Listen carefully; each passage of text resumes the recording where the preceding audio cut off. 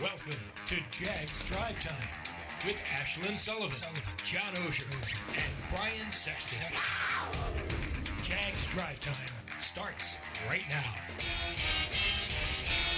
Just got to keep swinging, man. We're going to swing. I just told them I'm looking for fighters, and I'm looking for competitors. We will have a locker room full of competitors, and I think we got a bunch of them. But I'm learning a lot about them, like they're learning a lot about us. Head coach Urban Meyer's thoughts after a preseason loss to the New Orleans Saints over the weekend. Final score 23-21. A lot to unpack from that game this morning on Jaguars Drive Time, our first Wednesday show of the season. Monday. Tomorrow too, right? We are. So this is like the first back-to-back. Yeah, Monday, Wednesday, Thursday coming at you. Oh, man. Welcome in Jaguars Drive Time. We start the show. We have a lot of news this morning, but we start with very unfortunate news about running back Travis Etienne, who was placed on an injured reserve yesterday afternoon, suffered a foot injury that they believe will make him out for the season. And we can talk all about, okay, how do you replace this role on offense? It's such a creative, unique role, but you just can't help this morning just feel bad for him. Well, without a doubt. I mean, I don't know that you call that a fluke injury, although, he plants his foot and it happens. I mean, it seemed like the same thing, even though it's a different injury, happened in Indianapolis with their two star players that were both injured and had to have surgery. It just goes to show you, you can get hurt in this game anytime. On the practice field, in a preseason game, week 17, it's a game of dealing with injuries and replacing players, and that now becomes the really important issue for this football team is how do you replace a guy who is as explosive as that? Right, and I think it's something that perhaps Urban has to get used to dealing with, in the sense of, in college you lose a guy like this and you have a 90-man roster and you've been able to recruit behind it. Mm-hmm. In the NFL, it is tougher to have a piece of depth like Travis Etienne because he's a unique player. Yeah. I got a lot of questions, and it'll come up later on this or that. How do you replace it? I'll tease a little bit. I'm not sure you do with a like talent. And certainly for him, your heart goes out to him. You wait all your life and you get your opportunity in the NFL. The Liz Frank, which is what he reportedly has, is a concerning injury. It's Corey Grant. Yeah, I mean, and in Kansas City in 2018. And with most injuries, it depends on severity. I've been around plenty of players who have come back from it, and they're fine. He's young, no reason to think he won't, but it's a serious injury. Yeah, and we will be talking at this time next year about his availability to play a year from now, right? Because he's a running back, because he changes direction using the mid part of that foot. This is going to be something we're going to track for a while, and hopefully everything goes well in surgery and he recovers well. And there's a lot of individual, physical qualities that will determine whether or not he makes it all the way back. And to give the other side of that, Corey Grant never made it back. I was around Dwight Freeney. He had this in 2007, came back and played at an all-pro level. Yeah. So it totally it's possible. Not impossible, but it's not. If you sticking your head in the sand and say it's not a concern. Which is why I say a year from now, right. We'll with ACL guys like that, you're usually going, they're ready to go. We'll just be careful with them. And next year we'll be saying, okay, can he cut on that thing? Mm-hmm. He's going to have the best of the best rehabilitation that's available. So you got to give him the greatest chance of being able to come back from it. Yes, very unfortunate. Our thoughts are with him this morning. That is a bummer of a Wednesday morning. All right, let's get into big thing one, which is perspective. We all have been excited for what this season brings. We talk about it every morning here on this show, and you can't help but be excited when you see the additions on the roster and the coaching staff. But perspective is a good thing. It keeps you a little sane, and we saw that second preseason game. Coach Meyer knows the offense has a ways to go. We kind of went into the game, let's run the ball at him a little bit and with play action and get Trevor comfortable back there and then break contain a little bit. I know he had the nice play to his left and threw it down the field, made a heck of a play. But we're not balanced right now, and when you get stuffed on, we're too many second and off schedule plays in the first half. 3 threes and out, other than that one first down. So that, and then the red zone today. Trevor did a nice job on that 2-minute drill, and they were able to pound it in there. So got to get our offensive line back and playing better. Big thing, too, is poise. Rookie quarterback Trevor Lawrence showed that, looking much more comfortable as he went on, but admittedly said that he started too slow. So let's hear from the quarterback himself on his thoughts of the second preseason game. I'd say from an individual perspective, I just got to get a little bit better at getting the ball out, taking completions, staying out of second and long and third and long. It makes it really hard for Coach Bev, and as an offense, it's just hard to convert all those third and long. So that's part on me, just staying ahead of the chains, and then just the whole offense. We got to click a little bit more. Still got some work to do, find our rhythm, and I thought we kind of started to do that at the end of the first half, and then you saw the guys at the end of the game played great. That was awesome to see. But I thought we kind of started to do that at the end of the first half, but just didn't finish in the red zone. Big thing 3, purpose. The offense, and especially the offensive line, need that going forward this third preseason game, then going into the regular season. The offensive line struggled with 3 starters out. Left tackle Cam Robinson was a surprise pregame, twisted his ankle the day before, but Coach Meyer says that shouldn't be too serious. And we start right there with this offense. John, it took a while to get going, and you see the offensive line. Okay, yes, they had 3 starters out, but it was more so just, I don't know if it was play calling or what, but it just seemed like nothing was clicking, especially at the beginning of the game. Well, I think it was approach in the sense of this is sort of putting pieces together, Brian and Ashlyn, but it seemed you've got 3 offensive linemen out. You've got a rookie quarterback, so you don't want to get him hurt in the preseason. And Urban said after the game they wanted to come out and run, and then set up play action. That seems like, okay, we're going to run and not put Trevor Lawrence in bad spots. Well, that's a great plan, and then you couldn't run. So as he said, you're behind the chains. You wrote about it after the game. Yeah. All of a sudden, you're 2nd and 9, 3rd and 8. Well, you can't do that in preseason. You can't do it out here when there's no pads on. Expect to do that. So that, to me, felt like what was wrong with the offense the other night. I've gotten a lot of, you're starting to get into a little bit of Trevor Lawrence panic with the fan. I tell you. Look, I've seen nothing to make me think he's not progressing the way you want. Absolutely. I liked the last 2 series, the fact that he put it together, particularly the other night. I know Trevor's not really on our docket to talk about. There was a play where he was under pressure, got hit as he was throwing the ball, and completed like a 13-yard pass. I think he's fine. I think Urban said it. You got to get the offensive line right. You got to get him blocking better. This is not going to be a team that drops back and throws and is effective every play. They've got to run better. Well, first of all, you have the rookie quarterback that was chosen number 1 overall that the league's been waiting for. I don't think there'll ever be a time where Trevor isn't on our docket to talk about. I almost threw up when I heard Susie Colbert ask. I guess in the COVID era when you say that. When I heard Susie Colbert in their pregame show ask Steve Young if there was reason for us to be disappointed in what we'd seen from Trevor Lawrence so far, right? Susie, this just in. He had played 12 snaps in the preseason. Part of it I blame for the coaching staff with this whole Gardner Minshew competition thing, because people who aren't on the practice field infer, well, he must not be doing anything on the practice field. Gardner Minshew must be a star, right? Which to me is a false narrative all the way. But no, people, relax. This is where perspective comes from. A rookie quarterback, right? Peyton Manning, 28 interceptions, 3 wins in 1998. That's Peyton Manning, who just went into the Hall of Fame. So a rookie quarterback is going to have a transition period. Number 2, you have a coach who's making his debut in the NFL, and I thought that the ESPN broadcast did a great job of talking about how big the challenge is to blend a coaching staff that's part college and part pro and create a system that everybody's on the same page with. Mm-hmm. That's going to take some time as well. And then you talk about a 1-15 team from a year ago, right? So it's not like a new player and a new coach are going to change it all overnight. There's going to be ugly moments. Now, does it have to be as ugly as it was? First down, no gain. Second down, half a yard. No, you expect to be better than that. But you're going to have these moments as they go through this year. I think I've said it before. I think this is like a 7-win team. I think you've said 6. Mm-hmm. Well, 7-10 is the equivalent of 3 games under 500, which is 5-11, right? That's a good shot for this team. I know no one on that side of the hallway wants to hear it, but that's a good place for this team to be. Should it be such a struggle?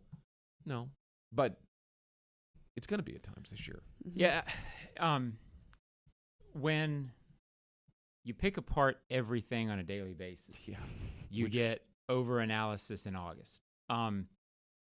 When And I've gotten a ton of questions about it. The offense is vanilla. What's wrong with Darrell Bevel? What's wrong with? Well, all this. When you're not running the ball well, it's very hard to be creative. Because when you're not running the ball well, and we've covered this in the last few years, and they've been running the ball well, you can't be creative in 2nd and 9 because your quarterback's getting hit. You can be creative in 2nd and 4. So that's really the base of it. And I thought the other night, it was clear they had a young offensive line, an offensive line. They weren't sure how to approach it at that point because of the youth. Give this thing time. Here's the flip side of the offense. I'm tired already. Yeah, I know. That's why we start with perspective. I'll say this, because a lot of people said to me yesterday, well, they'll be fine when they get Cam and Andrew and Brandon back. Well, yeah, okay. I mean, you'd like to think that, although Norwell and Linder have both been guys who have been prone to injuries and missing some time. Here's the bigger picture with that, is that all 3 of those guys are likely to be, at least 2 of the 3 are likely to be playing elsewhere next year. Cam's on a 1-year franchise tag. Andrew Norwell's contract spikes to like $19 million next year, some astronomical number for a left guard, and Linder's in the final year of his deal. So what you're looking at is Walker Little, who you expect to be your left tackle of the future, Ben Barch, who by next year should be ready to play guard for you. I mean, if you've developed him well, he was always a project. Shatley may or not. I don't know that he's an 8-year guy. He's always been just Mr. Reliable. Shatley will be here in 2050. Yeah. Probably. So maybe he's your starter. He's never going to. I guess the bigger picture is, man, you got to get some of that depth going because they're going to have to play. And one more little piece of perspective, and that is that if you put Drew Brees on the field for that particular New Orleans Saints team, that's a Super Bowl contender. Their roster's sensational. And early on, you had 3 backup offensive linemen battling a front 7 that's about as good as you'll find in the NFC. So, put it all into perspective. Should they be better? Yes. Will they be? At times. And at times, it will look bumpy because of the transition. And speaking of perspective, I want to throw this in. Mm-hmm. So you notice that the big things today are perspective, poise, and purpose. I noticed that. A little pull behind the curtain is that I'm the guy that generally writes the top of the show with big things and introduces the topics. And I wrote these yesterday after reading Tom Coughlin's open letter in the New York Times, which, quite honestly, for those of us who have been around and known the man and his family, just was gut-wrenching. So I don't want to go into it in any depth because lots of people want to provide it. But if you haven't read it, read it. Mm-hmm. It is the best perspective, and it's about poise and purpose, which Tom Coughlin always talked about, always valued. And there were 2 lines that stood out that I wanted to share in case you hadn't read it, and I know a lot of people have by now. Well, the first is obviously holding his wife's hand through the sunset of her life. I mean, it's for people who thought he was just terrible Tom and this, please. I mean, are you kidding me? I mean, that was a glimpse into the window of his humanity, again, which those of us who were close enough to him were able to see. And the other was that he talked about players, past and present, who struggled with his ideas of commitment and discipline and accountability and how they thought that it ended when you left the field, but when you leave the field, it's when it just begins. Mm-hmm.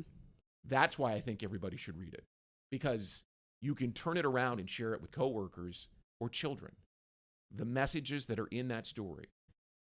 It's Tom in life's most difficult moment. When life is at its worst, he was at his best. Mm-hmm. So please take the time to read it. It's worth it. And for those who don't know, we didn't really say at the top, Judy Coughlin, Tom's wife. Right. I'm not sure the exact technical diagnosis.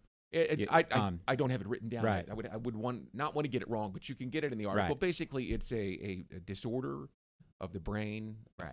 It's from the palsy family of diseases, and you knew Judy better than you know Judy better than I, but fantastic person, fantastic people, and it's all The photo, if you ever thought that a photo could teach you or introduce you to someone, the pphoto that the New York Times used of her, where she's right, she looks so happy. Judy Coughlin to a T, and so there were a lot of people around the league. We were talking yesterday, and you could tell that they had emotional moments with it. Take the time to read the story, whether you knew him or not, whether you cared for him or not, right? As a football coach, the type of person that he is and the struggle that he's going through, there's a lesson in it for everybody, and I couldn't recommend it enough. Totally agree. Thoughts and prayers with the Coughlin family when we come back on Jags Drive Time at This or That right here on the Jaguars Digital Network. Jags Drive Time is presented in part by TIAA Bank. Created to serve, built to perform.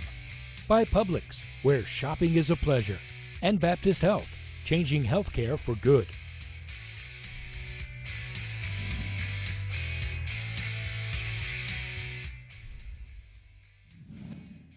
Your home shouldn't be either. At Dreamfinders Homes, you can build the home of your dreams in one of their 30-plus communities in Northeast Florida. Choose from luxury single-family homes or maintenance-free townhomes from the 200s. Dreamfinders specializes in homes built to fit your lifestyle. To find out more, call 904-738-0165 or visit dreamfindershomes.com. A lot has changed in 60 years, but there's one thing that remains the same: our commitment to our customers and to our community. There's no place like Jacksonville, and there's no place like Gate. Thank you for allowing us to serve you, past, present, and future. Now through August 31st, Jags fans can enjoy 2 of your favorite roller grill items for just $2 at participating Gate locations. Get them while they're hot. Gate, serving up more. At VyStar, we believe in better convenience, so members can bank any way they want, whether it's at a branch, on a mobile device, or at one of more than 20,000 surcharge-free ATMs across North America. Because we believe that people have better things to do with their time. If you believe that convenience is better, join VyStar. Visit VyStarCU.org. All loans subject to approval, insured by NCUA.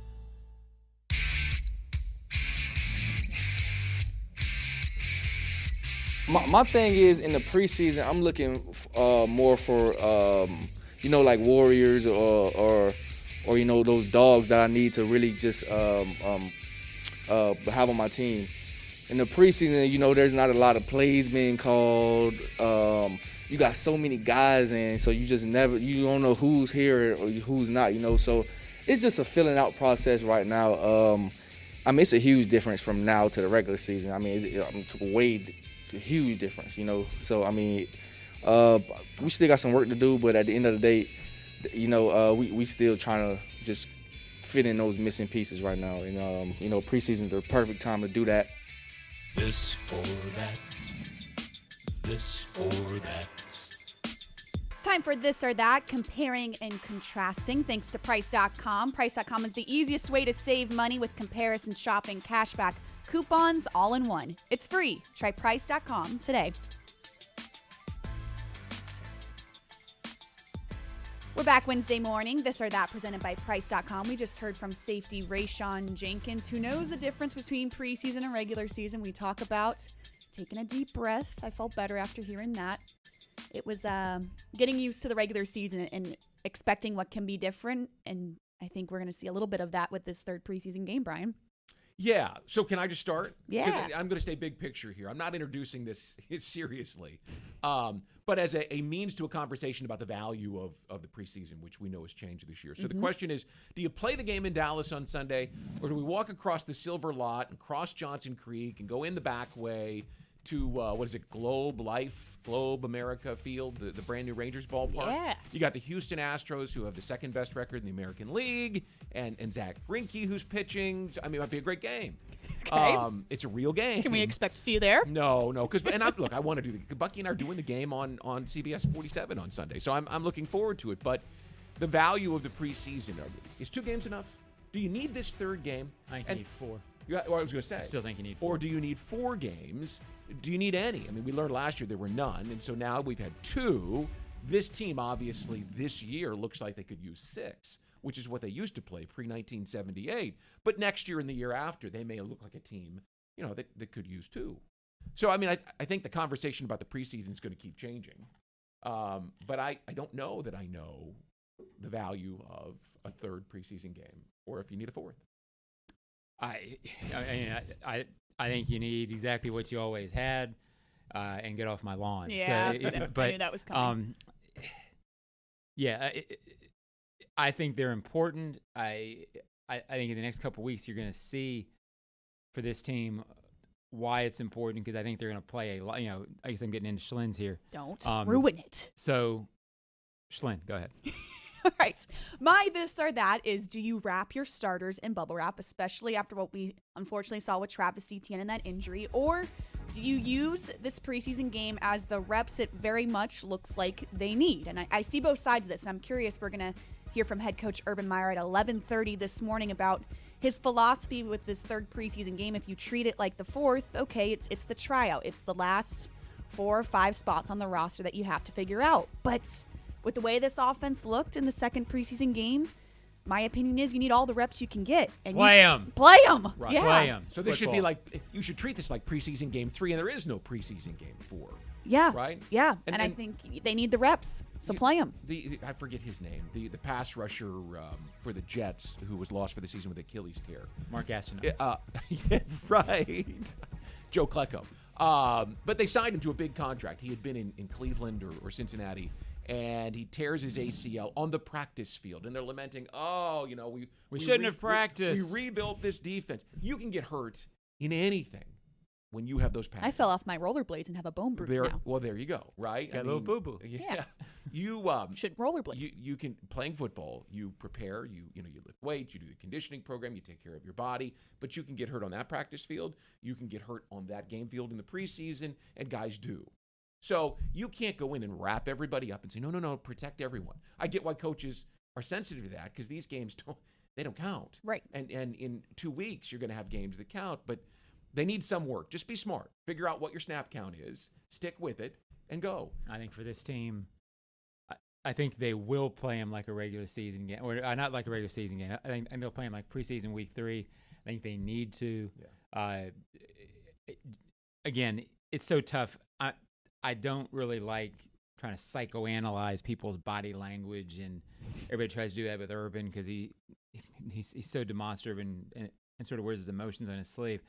But I think players for this offense, I think they would feel so much better going into the regular season if they had a couple of really good drives that finished in a touchdown. I think for this team, they need to play them.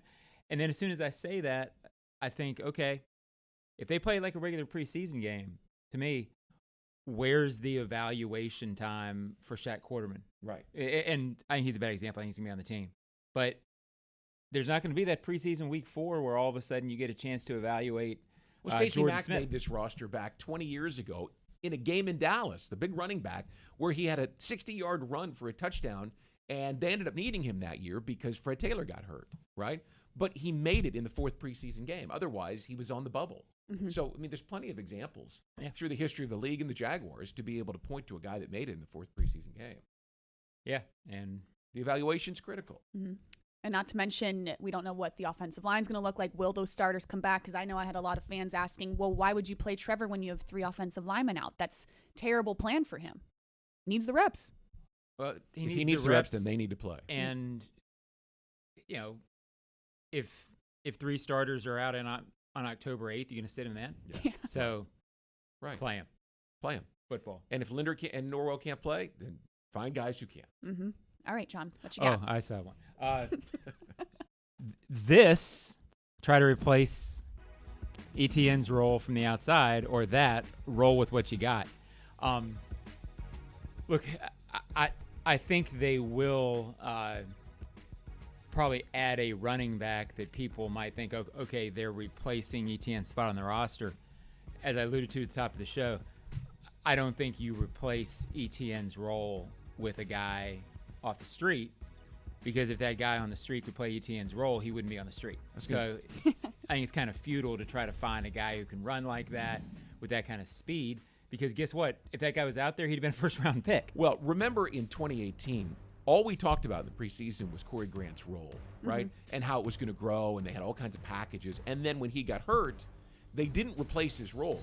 They removed it. They didn't have someone who could run that package, so they didn't include it in the game plan, right? They ran other plays. I think you'll see an element of that. I think it's hard to know because we really haven't seen that package. But who? I mean, you can't replace him with someone on the roster because they don't have his explosiveness. And of course, if a guy has that kind of explosiveness, he's not going to be on the street.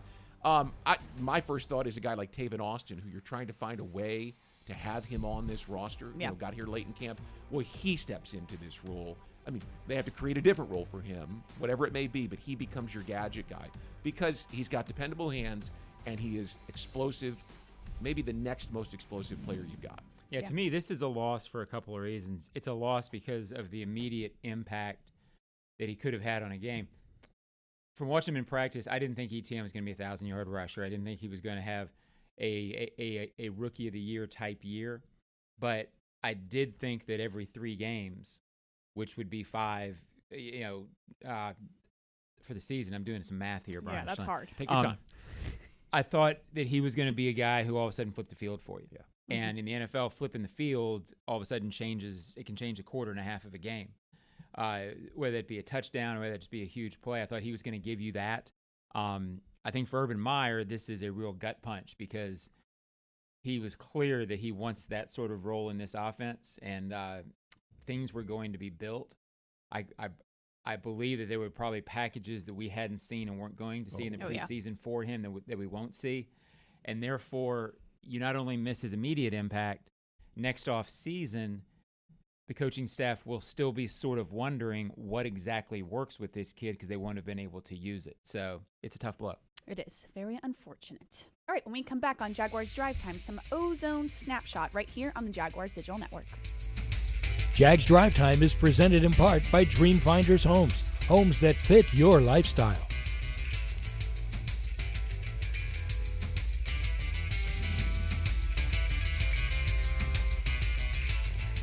Your family isn't like anyone else's. Your home shouldn't be either.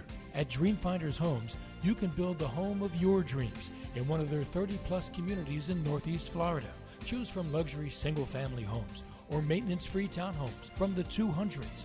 Dreamfinders specializes in homes built to fit your lifestyle. To find out more, call 904-738-0165 or visit dreamfindershomes.com. Pinpoint, the official signage partner of the Jacksonville Jaguars, helps business decision makers like you maximize the impact of their brand. Your company's identification, advertising, and even the words you use make an impression on your clients. With Pinpoint as your coach, you can make sure it's a good impression. Pinpoint provides the creative design and production services for anything you need to enhance your brand, from custom signage to complete marketing solutions. Step up your game with Pinpoint and create the ultimate brand experience for your clients. Visit experiencepinpoint.com. Hi folks, Frank Frangie here to tell you where to find the most authentic Southern Pit barbecue in all of Jacksonville. That's right, Bono's. For 72 years, Bono's has been smoking real pit barbecue right here on the First Coast. Smoked for hours, served in minutes, and always cut to order. You can find Bono's locations all around town and on game day at TIAA Bank Field. Bono's is the official barbecue of the Jacksonville Jaguars. If you want great barbecue, head to Bono's today. If you don't see a pit, it ain't legit.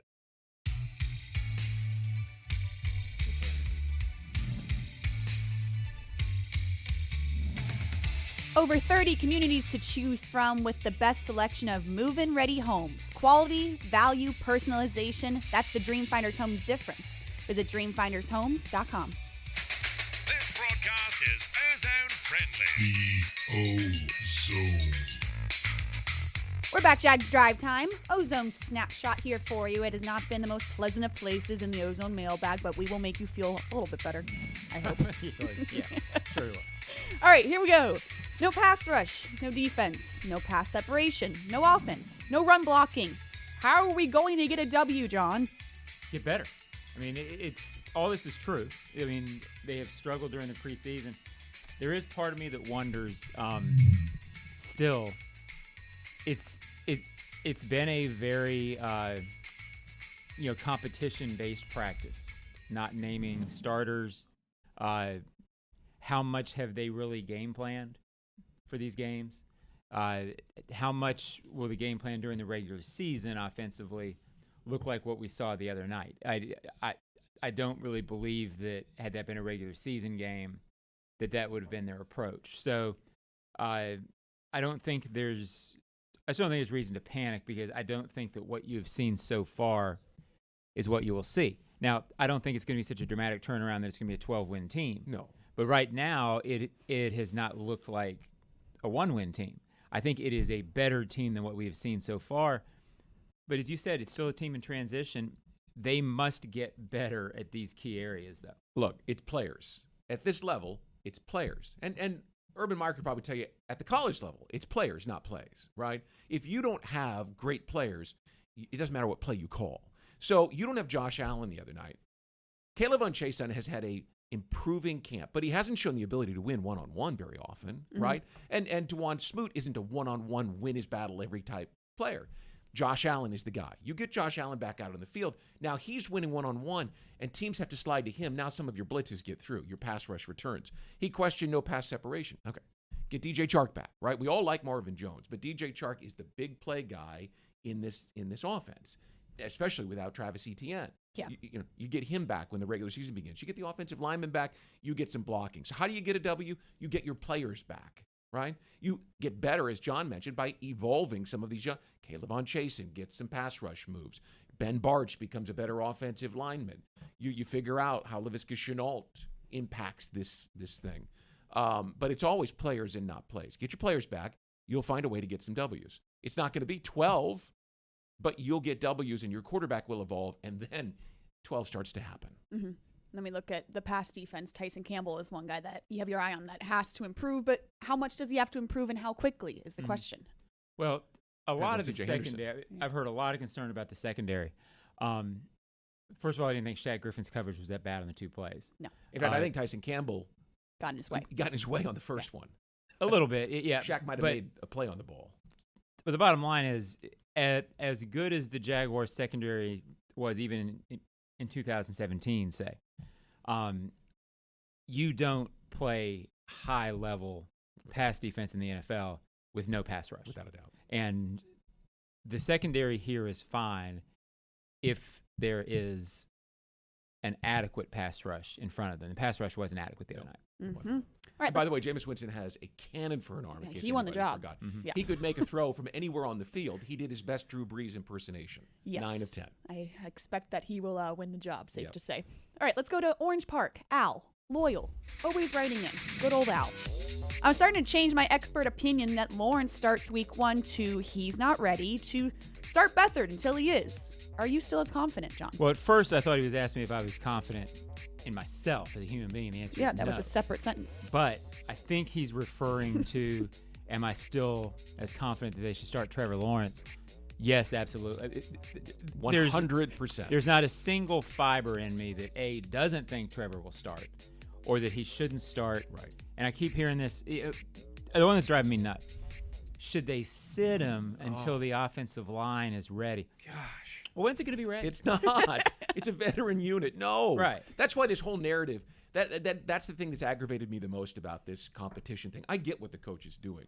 And even Trevor Lawrence has allowed him to do that because Trevor said, no, I've never been given anything. I want to earn it. You have to do that. Okay. But now the narrative from the outside is, well, let's sit him. Let's make sure that he doesn't get hurt. And there's nothing that Trevor Lawrence can learn from the bench. Trevor Lawrence will get better and be more capable of leading you to wins by being on the field. And there's nothing quite as exciting at the end of the season as an ascending young quarterback that you can see your future with. He needs to be on the field. They know that. Plus, the pass protection in front of Lawrence the other night wasn't that. I mean, it was fine. It got better. Yeah. So, right. Okay. Mm-hmm. Okay. We feel better. I don't. It's fine. You don't sit him. You don't sit him. All right, when we come back on Jags Drive Time, some closing thoughts here on the Jaguars Digital Network.